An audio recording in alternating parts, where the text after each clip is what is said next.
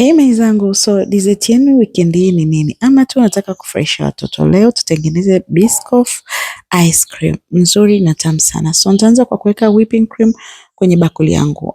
Whipping cream yangu nilinunua kama a week ago, kwa hiyo nilipokuwa nimeweka kwenye friji ikaganda, lakini that doesn't mean utaitupa. Tunaiweka kwenye bakuli, tunaisoften kama ulivyoona hapa tunavyofanya. Tutaikoroga kwa hand mixer. Kama hauna hand mixer, tumia tu mchapio wa mayai mpaka uone imekuwa creamy na nzuri kama unavyoona hapo kwenye video.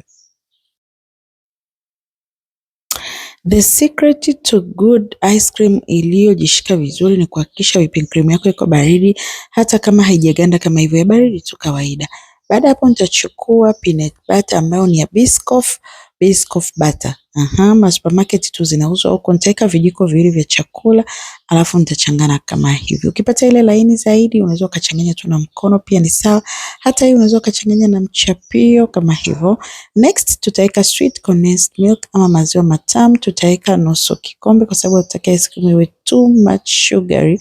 Kwa hiyo utahakikisha unaweka kiasi unachotaka wewe. Alafu nitaweka flavor ya vanilla, alafu nitachanganya kama hivi unavyoona hivi.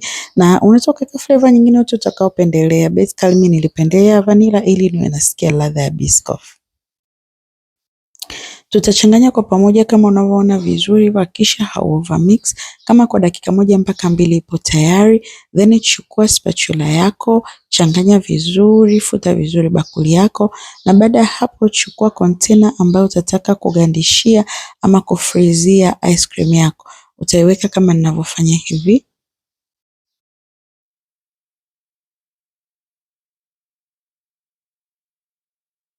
Baada ya kuweka kwenye container yako, hakikisha unaisambaza vizuri, iwe kwenye level moja, ikae vizuri vile unavyopendelea. Na baada ya hapo mimi nitaweka pia biskuti zile za Biscoff ama wengine wanaita Lotus, taziweka vipande viwili kwa juu. Huo ni uamuzi pia. Kama hauna hiyo step unaweza ukaskip. Afu nitachukua cling filling ama karatasi ya kufungia matunda wengine wanaita. Tutafunika. Style ya kufunikia na unahakisha unashusha inashikana kwenye ice cream. Hiyo itakusaidia ice cream yako kuganda. Kufunika kwa juu inaweza isigande vizuri. Baada hapo tutaweka kwenye freezer usiku mzima, na kesho yake sasa tutafungua kama unavyoona hapa, na ice cream yako iko tayari. Unaweza sasa ukasave and enjoy kama hivi. It's so creamy, soft, laini, nzuri, tamu, very easy to make kama ulivyoona, na familia yako inakuwa haisubiri zile special moments ndo wale ice cream, ama wageni wako wanakuja wanakula na haujiongezi ukaweka dessert, ukawa mama fulani hivi wa 5 star. So today my wangu, make sure you make it ili uenjoy kesho ama baadaye na muda wote utakaopendelea. Lakini pia ni best for celebrations as Christmas inakuja, so make sure unatengeneza ama unajiandaa kwa ajili ya kutengeneza ufurahie zaidi. Natumaini umeenjoy, umeelewa, umefurahia.